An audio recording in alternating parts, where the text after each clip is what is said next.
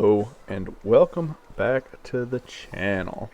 And if this is your first time tuning in to Camo Crappie, we sure are glad to have you here and would love for you to go ahead and hit that subscribe button up top. It doesn't cost you anything, but it sure does help us out. And for all of you who are subscribers and are watching, thank you for all of your support. Let's go ahead and get into this video.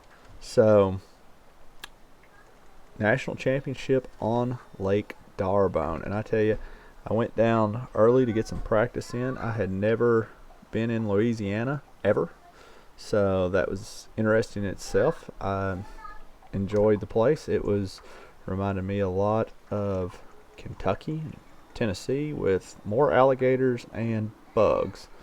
But other than that, the water was had a lot more stain to it, and that was something that was a little bit getting used to. As you've seen most of the time, you see here I got this fish's attention. It swiped at it, but it never did eat it. But as you're going to see in this video today, and you've seen right there, the fish are scattered out in these sticks. And if you've watched very many of my videos, you see that I like to catch fish that are, and I catch some that scatter out, especially last winter. We've been doing the YouTube videos for a year now, and you've seen that I do target individual fish and don't have enjoy doing that. But all summer we've been targeting mostly brush piles and looking for brush piles that hold the bigger fish, and then finding those bigger fish either in the structure or around the structure. But as you can see here, we are targeting individual fish on the structure. And you see I come back, this is the same fish, and he done it again. And once again, I was slow to it, but I don't think he ever had it in his mouth. Going back and watching the video again here, I don't think that he ever had it in his mouth. I missed him the first time. He went back to the structure, and then he came back to it here. But so the national championship on D'Arbonne, this was the third, I guess, big tournament or major tournament you could say that I'd fished. I fished 2 Crappie USA tournaments last year. I fished a Super on Cumberland and fished it just so that I could qualify for the Crappie USA Classic, which was on Green River Lake. And the Classic last year was the first I guess, Classic type or end of the year type tournament that I'd fished, and we were able to take 6th in it, and we were really tickled with that, and go down to D'Arbonne. This was the first Crappie Masters, the national series that I had fished, and I had a great time fishing it. I enjoyed the event thoroughly. I thought the event was run very well, and you can see here there's at least 2 or 3 good fish all right here.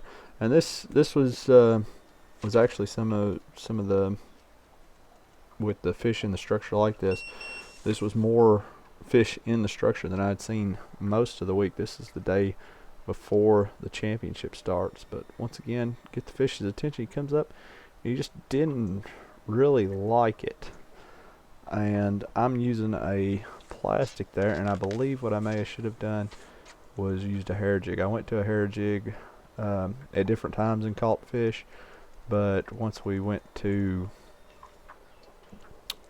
the Red River, we ended up catching them a lot more on hair jigs. So I don't know if that was something that I should have adjusted to quicker. I think a lot of people used hair jigs at the national championship, and I think I know they were a lot more successful than I was. So I had hair jigs down there and brought them back to Kentucky, and didn't catch very many fish on the hair jigs in Kentucky. But you seen our last video in Texas, we were catching them on hair jigs in Texas, and here we are catching a good one. You see I had to actually choke up on the rod there to get it closer to it, but got him on a I believe it's a 1/32 ounce head with a crappie magnet, just the original crappie magnet on it. Okay, so I messed up a little bit because I had the LEDs off. Look at that.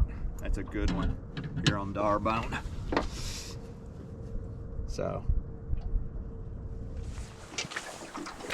I actually had a really great time on Darbone, even though I didn't finish as well as I would like to, and I'm not for sure exactly where I finished. Somewhere in the top 100. I know I wasn't below 100, but I wasn't much above it.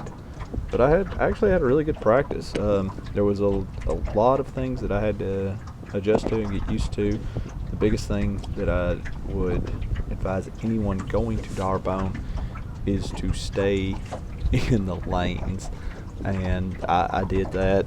But it was new to me. I'd never fished on a lake where you couldn't drive across the lake. You had to stay right within the telephone poles. They have telephone poles that are marking the channel, and you do not get outside of that. So that was new for me, and just navigating that body of water. And I mean, I won't lie, I was nervous when I first got out there, just because it is kind of overwhelming for somebody who's used to, you just put in at the ramp and then just take off across the lake and you don't worry about it. I mean, we fish these big deep lakes, and we never think of Greenerville Lake as a deep lake, but you know, from Emerald Isles, Pikes Ridge to there past Holmes Bend, you can pretty much run the lake wide open, and you don't have to worry about hitting any type of standing timber if you stay on the lake. If you get back in some of the pockets, you might, but you just stay in the lake, you're in pretty good shape. And here, that's not the case. So got down there a few days early, got used to that. Actually, the very first fish I caught was 1.5 pounds, and of course I was expecting to need several 2-pounders, so I thought, well, it's not a bad start. And then ended up catching one that was like 1.16 pounds or 1.7 later on that first day, before some storms rolled in. So I actually had very productive practice. I had around 9 or 10 pounds most days in practice, and that may have been my downfall. I may have sore mouthed too many fish, but it did get a little bit tougher every day. I think there was a 130 boat field, and with all those boats, the fish are definitely going to feel pressure. That last one that I had caught there, it actually had a hook mark in it that was not my hook mark. So they definitely seen several baits. These are just open water fish that I come up to, and I targeted both open water fish and fish in this structure. I may have spent too much time trying to get on those open water fish. It seems like I would catch just enough and the ones that were in the open water, if I could get their attention, I felt like they bit better, but a lot of times they were real spooky. And you see here in this clip here, I zoomed out and then I found this fish and then began zooming in on it. But there's going to be at least 2 or 3 fish here, and the bigger one was back there. That one there was the smaller one, and it bit, and by the time I get it taken off, and I don't know if I kind of zoned in on it. A lot of times you see things when you go back and edit these videos that maybe you didn't see while you were fishing. But this was the practice right before the tournament, or the day before the tournament. I actually saw several really good signatures in this area, so I kind of got out of there and didn't put a hook in them.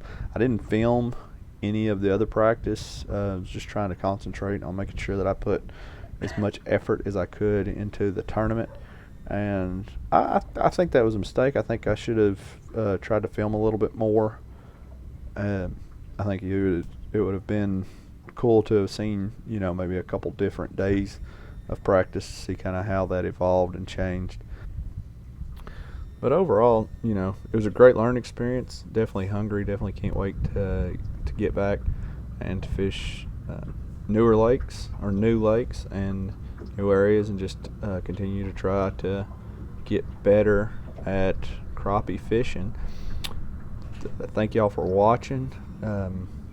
We're going to send you out here with some hook sets from the Red River and also from Lake of the Pines. The Lake of the Pines video is already up, and we should be getting you the Red River video up here in the next week. Be sure to check out all of that. You can follow us on Instagram at Camo Crappie, and you can also follow us on Facebook at Camo Crappie. So get out there. The fall bite is strong, and enjoy the outdoors.